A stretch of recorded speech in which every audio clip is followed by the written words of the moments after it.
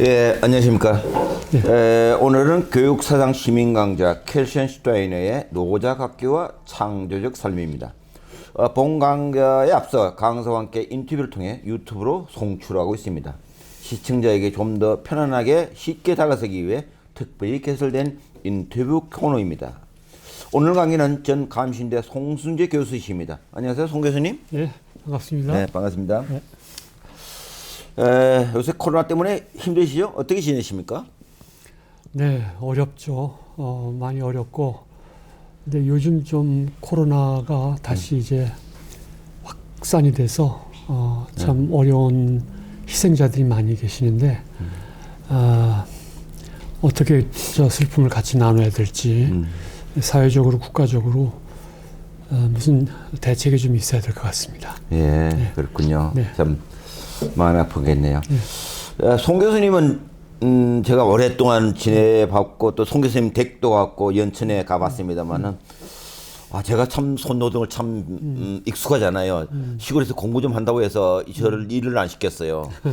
그러다 보니까 손노동을 원래 송 교수님 좋아하셨나 봐요. 여전히 손을 많이 쓰고 계시죠? 손을 쓰면서 머리도 돌아가는 것이죠? 정신도 작동하는 것이죠? 예. 예. 자연이 좋아서 예. 좀 몸을 쓰면서 진하게 살고 싶어서 시골에 내려가서 산중에서 살고 있습니다. 그래서 어쩔 수 없이 손을 많이 쓰고 있는데 이제 일을 하게 되면은 다 있고 머리도 쉬고 그래서 좋습니다. 그런데 이제 일은 종류에 따라서 달라요. 그래서 어떤 건 생각을 내려놓고 한 방향으로 일만 하면 되는데 어떤 일은 생각하면서 또 일도 하면서 그렇게 돼요. 그래도 이제 그런 생각은 책 읽을 때 하는 생각하고는 다르죠. 또 노동을 한 다음에 정신 영역 쪽으로 이제 또 넘어오게 되는데 그때 이제 하는 생각은 정신 노동만 하면서 하는 생각하고 또 다릅니다. 예. 제가 오늘은 특별히 송 교수님의 손노동을 참 즐기시는 것 같은데 학자들은 다 손노동을 참 싫어하는데 머리 노동은 많이 하는데 제가 이렇게 오늘 특별한 주제가 켈션 슈타인의 노작교육이기 때문에 이렇게 특별하게 질문을 드렸습니다.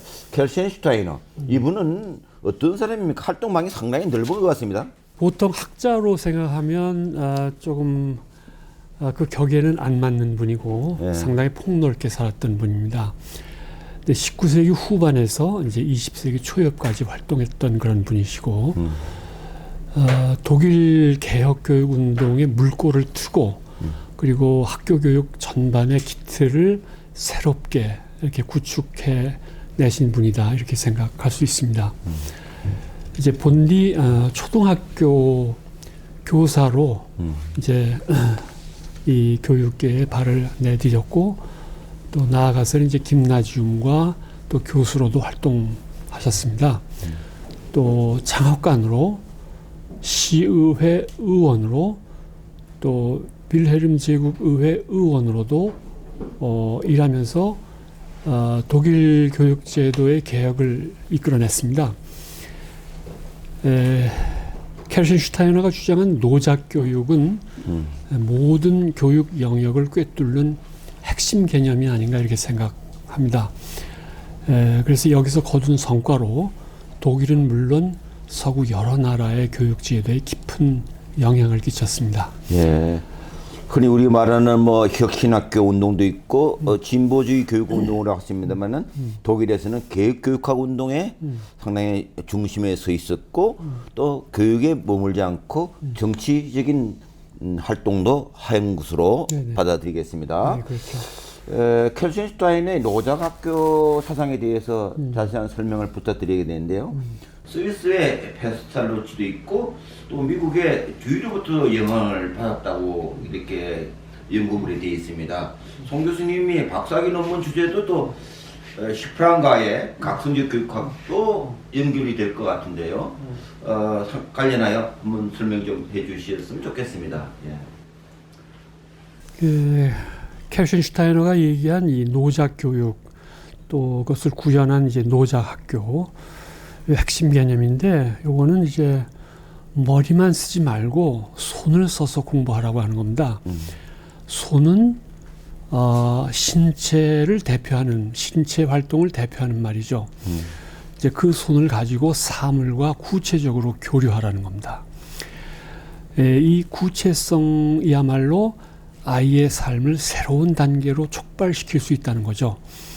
이렇게 해야 인간을 정신과 육체라는 전체성 안에서 두루 형성할 수가 있습니다. 그런데 당시 학교는 추상으로 시작해서 추상으로 끝을 맺었어요. 그러면 정신도 또 육체도 어디서 길을 찾을 수 있었겠습니까? 그래서 캐신슈타인은 모든 공부는 자기 흥미에 끌려서 마음에서 우러나서 자발적으로 그리고 또 창조적으로 해야 한다. 그렇게 말했습니다. 캐신슈타인은 페스탈로치한테서 일단 기본적으로 영향을 받았고 그 후에는 듀이에게서도 영향을 받고 또 사상적인 어떤 그 공통점도 가지고 있는 분입니다. 이 점에서 존 듀이가 세계 교육사에서 차지하는 위치를 다시 한번 이렇게 짚어볼 필요가 있겠습니다. 그렇지만은 페스탈로치가 이제 이 전인 교육 그러니까 삼육론이죠. 네. 머리와 가슴과 손 이렇게 키워야 된다. 그런데 이게 사실 어떻게 보면 교육사적으로는 아주 그 획기적인 분기점이었는데 그리고 실제로 많은 이렇게 해서 이제 변화를 이끌어냈는데 그 후에 이것을 그 좀 더 본격적으로 그 다음에 체계적으로 이렇게 받아가지고 이거를 제도적으로 정착시키는 데는 근데 거기까지는 이르지 못한 것 같습니다. 아마 그거는 이제 뭐 지역 정부나 국가나 뭐 이런 그 교육계 교육 당국의 책임이 아닌가 이렇게 생각해요. 그런데 요걸 이제 노작 사상이라고 하는 문제로 이렇게 딱 집약시켜 가지고 요거를 체계적으로 구현한 그런 지역이 있습니다. 그게 어디냐면 스위스도 아니고 독일도 아니고 미국도 아니고 네. 북유럽의 저쪽 끝에 있는 핀란드입니다. 아, 그래요? 네. 그 핀란드에서 먼저 이게 이제 시작이 됐고, 그 다음에 이제 이게 덴마크, 스웨덴, 노르웨이로 건너갔네요. 독일어로 아르바이트 슐레라고 하는데, 요게 이제 스웨덴에서는 슬로이라고 합니다. 뭐 덴마크에서도 그렇게 슬로이라고 하고요. 그래서 이제 이 이름이 이렇게 넘어와가지고 이제 좀 이렇게 인근에 더 이렇게 알려지기 시작했습니다. 그 다음에는 이 슬로이라고 하는 게 미국으로 넘어갔는데 요 미국으로 넘어갈 때 그 결정적인 역할을 한 건 핀란드의 메리 또벨리우스라고 하는 여성이에요. 이분이 큰 역할을 했습니다. 그래서 이분 덕분에 교사교육 단체가 만들어졌고 그 다음에 수백 개의 학교들이 만들어졌습니다. 아마도 이런 그 환경 속에서 존 듀이도 한번 같이 짚어볼 필요가 있지 않겠나 생각이 되네요. 그리고 이제 여기에 결국은 이제 독일에도 넘어오게 되는데 1870년대하고 이제 80년대 그 사이에 여러 단체들이 생겨났습니다. 바로 이 지점에 캐신슈타이너가 있다고 이렇게 할 수 있겠고요. 네, 슈프랑어와는 선후배지간이지만은 같은 문제의식을 가지고 깊은 우정과 연대감을 가지고 누가 선배입니까? 이랬습니다. 캐신슈타이너입니다. 아, 예. 네, 슈프랑어는 그보다 한 3, 40년 후입니다. 아, 그래요? 슈프랑어는 정신과학적 교육학의 대표자 가운데 한 사람이었다 이렇게 생각되고요. 독일 관념론과 삶의 철학을 기반으로 활동했고 그런 점에서 한 20세기 독일 교육학의 그 대가적인 그런 세계를 구축해내신 분입니다. 그리고 또 노작 교육과 직업 교육에 대해서도 일기여를 하셨고요. 철학자 헤겔이라고 하는 분이 계시지 않습니까? 네. 근데 헤겔이 한 말 가운데 아주 유명한 말이 있어요. 노동이 자유롭게 한다. 네. 네? 노동이 자유롭게 한다. 근데 이 말을 재해석해서 이제 쓴 글이 있어요. 이게 노동이 자유롭게 한다. 그렇지만은 모든 노동이 자유롭게 하는 건 아니다. 아니다. 예, 예. 아, 이 말씀을 들으니까 또 예. 폴란드의 아우슈비츠 수용소가 네. 노동이 여러분들을 자유롭게 한다. 네. 하고 딱 그냥 입구에 붙었잖아요. 그 말을 갖다 쓴 거죠. 쓴 거죠? 네, 제가 알기에 그렇습니다. 그러니까 그러나 실제 그런 노동이 여러분을 자유롭게 하는 게 아니라 노예로 만드는 거 있는 역설적인 표현이기도 하겠네요. 네, 그러니까 맞습니까? 모든 노동이 자유롭게 하는 건 아니다. 아니다. 네. 아, 네, 모든 그 노예 노동이죠. 이놈이죠. 네, 자유로운 창조적인 노동이 있으면 예. 노예로 만드는 그런 있는 거죠. 노동도 예. 있다 그런 얘기죠. 아, 그렇군요. 난 해결이란 말씀한 걸 오늘 또 처음 배우게 됐습니다. 네, 네. 고맙습니다. 네. 캐신터에는 일반 교육과 지역 교육을 분리시키지 않고 일반 교육 국가 속에 노작 교육 정신을 투영하는 것으로 보는 것 같은데 그런 면에서는 이 노작 교육 정신에 인격 교육과 시민 교육 정신도 이 투영되어 결합되어 있는 것으로 보여요. 그런 점에서 독특한 입장을 가지고 있는데 좀 자세하게 설명 좀 해주세요. 예. 그 노작 교육을 뭐 그러니까 얼핏 들으면은 이거는 저 특별한 직업군에 있는 사람들을 위한 얘기야 이렇게 생각할 수도 있겠지만은 그게 아니고 일단은 캐신슈타이너가 얘기한 거는 이거는 일단 보편 교육에 그러니까 일반적으로 도입해야 된다. 그래서 초등학교에 노작 교육을 도입했어요. 그리고 마지막 학년인 8학년에 이제 그쪽 체제에 의하면은 8학년인데 8학년에 직업교육 예비 단계로 이것을 구축을 해가지고 8학년에 그런 걸 좀 공부할 수 있도록 하고 그 다음에 이 토대 위에서 직업학교인 계속교육학교로 진학하게 했습니다. 그러니까 8학년 학교를 마치고 그 다음에 그때 당시에는 이렇게 한 다음에 이제 많은 아이들이 직업교육 쪽으로 넘어갔거든요. 네. 그걸 그때는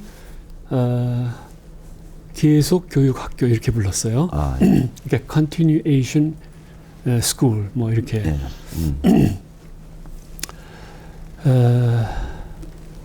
그래서 계속교육학교에서 이제 이제 노작 교육을 도입했는데 뭐냐면 아마 직업교육이면 노작교육이지 이렇게도 얘기할 수 있겠지만 당시에는 여기서는 그 지식 습득 위주로 했다는 거죠. 근데 그게 아니고 실제를 해야 된다. 이게 양면을 다 이론과 실제를 다 구축해야 된다. 이제 이런 겸비해야 된다. 네네네 그런 거고 그러면서 동시에 이제 그런 그 직업 영역으로 이제 진출을 하게 되지만은 인문계적인 그러니까 소위 정신 세계를 공부해야 된다. 그래서 뭐 그 핵심 교과라고 할 수 있는 철학이라든지 혹은 역사라든지 언어라든지 이런 것을 좀 수준 높게 체계를 잡아가지고 공부를 할 수 있도록 했어요. 그러니까 정신만 가지고도 안 되고 또 육체만 가지고도 안 된다. 그래서 일반 교육 쪽에 있는 사람들을 직업 세계에 친숙하게 만들고 또 직업 세계에 있는 사람들에게는 정신 세계의 품격을 향유할 수 있는 기회를 제공하게 된 셈이죠. 그렇게 되니까 결과적으로 어떻게 되냐 하면 일반 교육과 직업 교육, 또 직업 교육과 인문 교육 영역 간의 상호, 교류. 친숙성, 네, 교류 혹은 관계 맺음, 네, 그런 그 관계망을 만든 셈이다 이렇게 얘기할 수 있을까요? 네. 노작 교육이라고 했을 때 이제 그러면 이게 뭐냐?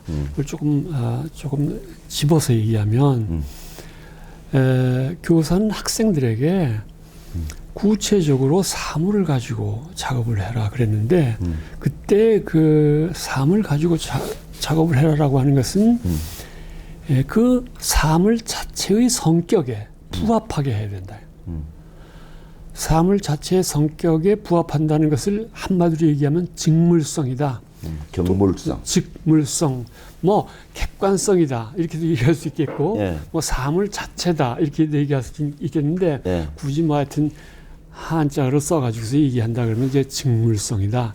독일어는 사흐리히카이트라고 하는데 거기에 부합해야 된다는 거죠. 임의적으로 네 마음대로 그냥 그렇게 하지 말고 자기주로 하지 말고. 예, 사물하고 일단 어떤 특정한 사물하고 관계를 맺으면은 그 사물이 요구하는 그 성격에 자기를 부합시켜서 그래서 이것을 갖다가 작업을 해내야 된다 그런 뜻입니다. 그래서 성심을 다하고 인내를 다하고 끝까지 밀고 나가서 완성도 있는 작품을 만들어야 된다. 그렇게 격려하고 또 촉구하고 지지하고 그래서 결국 한 학생이 그 사물을 가지고 끝까지 완성된 그 수준까지 그 경지에 이르도록 그렇게 했다는 거죠. 근데 이게 문제는 뭐냐면 저도 이제 일을 많이 해보니까 성실하지 않으면은 밭을 고르게 만들 수가 없어요. 이쁘게 만들 수가 없어요. 그러니까 여기서 뭐냐면 성실성 요구가 되고 그다음에 이걸 갖다가 하다가 어떤 때 힘이 들어요. 그러면 이제 그만두고 싶어요. 그렇지만은 하여튼 힘을 내서 진심을 다하여. 네, 진심을 다해서 끝까지 계속적으로 이것을 끌고 나가서 결국은 딱 마침표를 찍어야 된다.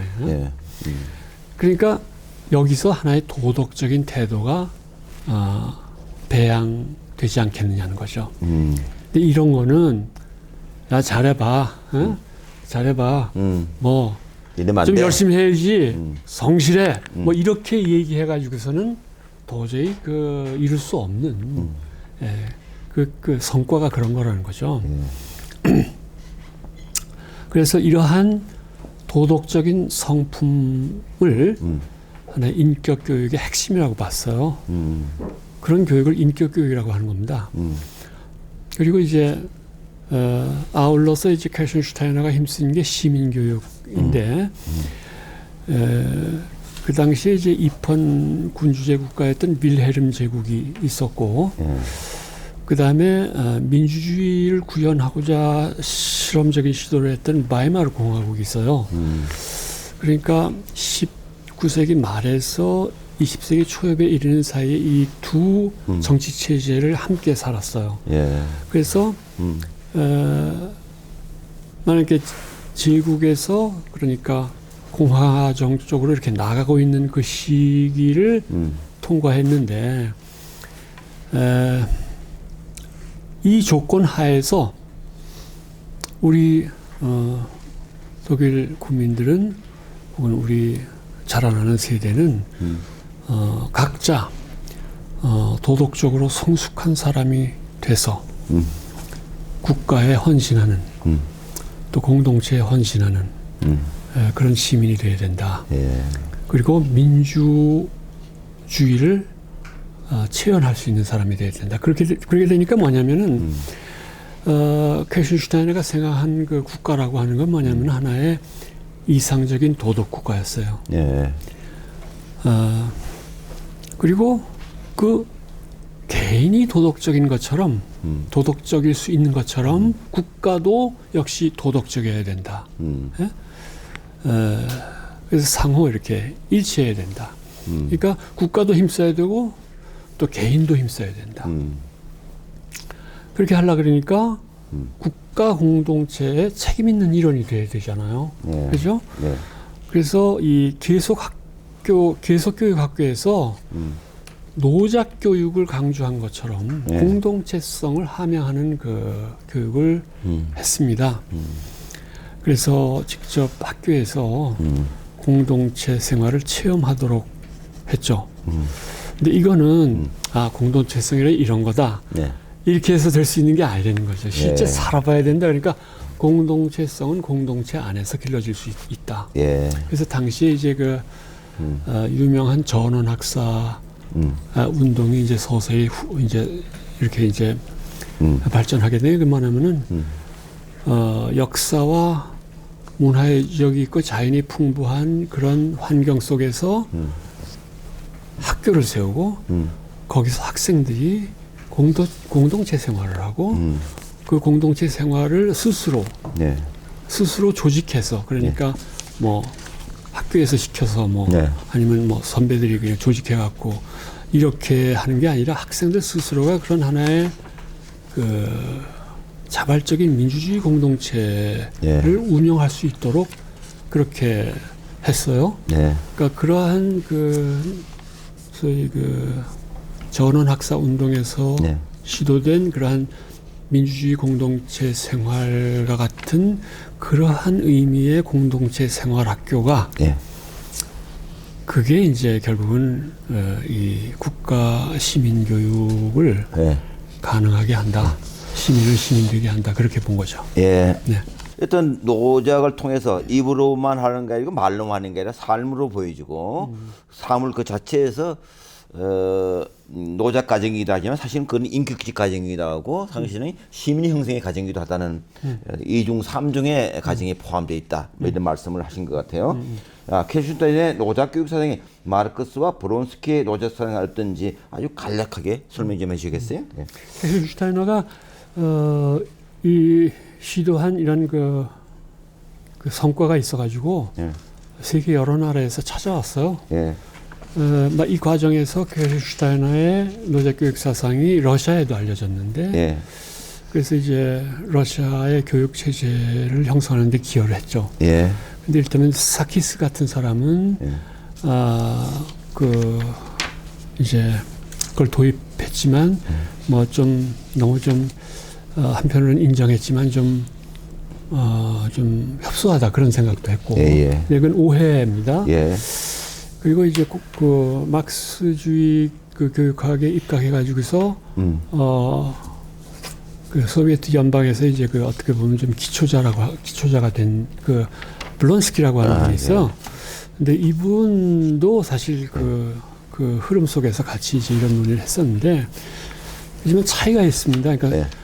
그 사회주의 국가에서 시도했던 그 노작 교육은 네. 국가 이데올로기와 산업 체제에 개인을 종속시켰어요. 예. 이제 근데 캐신슈타이너는 이걸 네. 갖다가 개인으로부터 출발해야 된다. 개인으로 출발한다. 국가가 출발선이 돼서는 안 된다. 그랬습니다. 그래서 이 네. 사이에는 아주 극과 극의 차이가 있는 겁니다. 국가에 들어가니까 개인이 어떤 면은 소멸되는 그런 네. 위험성도 있네요. 네. 예. 예. 그러니까 양자 켈슈타인은 개인으로 출발해서 국가로 나갔지만 네. 브론스키는 국가로부터 이렇게 개인으로 파고 들어갔기 때문에 개인이 소멸되는 위험성이 있다는 거네요. 네. 예. 이제 오늘날 정신과 육체가 분리되어 따로 노는 현상을 보게 되는데 켈슈타인의 노작 교육 사상에 비추어볼 때 어떤 메시지를 던졌을까요? 아주 간략하게 설명 부탁드립니다. 뭐 정말 그런 현상이 심화가 되고 있고 예. 참 우려됩니다. 역시 이제 하려면 학생들이 이런 문제에 대해서 재미를 붙이고 예. 또 이게 좋은 거구나, 이게 나한테 의미 있는 거구나라는 예. 것을 깨닫게 해야 됩니다, 스스로. 이제 그래서 결국은 학교가 책임져야 되겠죠. 예, 예. 지역사회하고. 예. 예. 가장 이제 첩경이라고 우선 이제 할 수 있는 사례를 들면 예, 생활교육 구조를 도입하는 게 어떻겠냐 하는 겁니다. 그래서 이제 설거지도 하고, 예. 네. 그 다음에 이제 그 뭐 집안의 일상의 그 가구 같은 것도 좀 만들어 보고 예. 뭐 그래서 공공시설 혹은 뭐 구청이나 이런 데서 예. 지역 마을 공동체나 이런 데서 작업실 같은 것을 예. 그 개방을 해가지고 예. 학교하고 이렇게 협력해서 작은 것부터 좀 시작. 일상생활로부터. 네네, 예. 일상생활로부터. 좋습니다. 예. 예. 이제 마지막 질문으로 도달했는데요. 노작 교육을 도덕 승인이 인격 형성적 측면을 중시하다 보면 생산력 발전을 경시하고 그 결과로 인해서 국가 경쟁력이 뒤처지며 그것은 결국은 식민지 전략에 흡수될 수 있다는 막 기술이 없으니까. 그러면 그런 가능성, 개연성을 갖는 딜레마에 빠질 수 있는데 켈시 슈타인의 입장에서 봤을 때 이를 극복할 수 있는 대안을 간략하게 어디에서 살 수 있겠습니까? 근데 예. 사실 그거는 켈신슈타인에 대한 오해고요. 오해고. 왜냐하면 이제 도덕이라고 하는 건 수공 활동의 그 과정이고 결과긴 하지만은 예. 산업 생산력의 기반이기도 한 거죠. 이게 있어야 하나의 제품을 더 완벽하게 만들어낼 수 있다는 겁니다. 그래서 이제 켈신슈타인이 이 방법을 통해서 그 직업교육 구조를 갖다가 이제 재건축하게 된 그 계기가 된 것이고, 그래서 현대 뇌과학이 또 이 문제에 대해서 좀 사정을 밝혀줬는데 결국 손으로 작업하는 것이 정신을 더 확장시킨다는 거야. 정신 세계를 뇌의 기능과 그다음에 그 어떻게 보면 그 활동성을 갖다가 확장시켜서 뭐 쉽게 얘기하면 좀 뭐 이런 표현을 써서 그렇지만 좀 똑똑해진다는 거죠. 책만 봐서 똑똑해지는 게 아니라 노동을 적절하게 하고 생각을 하게 되면은 머리가 밝아진다는 겁니다. 그러니까 그런 상태에서 산업 생산에 가게 되면 또 또 그만큼 또 더 좋은 성과가 있겠죠. 네. 알겠습니다. 의지 못다한 마지막 말씀 하고 싶은 말씀 있으면 한 말씀 하고 마치겠습니다. 좋은 시간 만들어 주셔서 감사하고 코로나 끝나고 또 이제 좋은 시절이 오게 되면은 제가 사는 시골 산중에도 한번 놀러 오시면 감사하겠습니다. 저는 한 두세 번 갔다 왔으면서 다시 가고 싶은 충동을 느끼는데요. 여튼 현대인들은 몸을 잃어버린 인간 아니겠는가?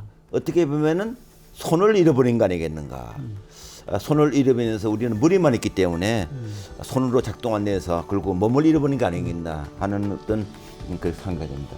손 없는 정신 없고 정신 없는 일이 없기 때문에 역시 손노동을 하면서 끊임없이 도의 과정, 인기 형성의 과정, 시민 형성의 과정이라는 귀한 말씀을 할 수 있겠습니다. 우리 다시 손을 찾읍시다. 감사합니다. 감사합니다. 감사합니다.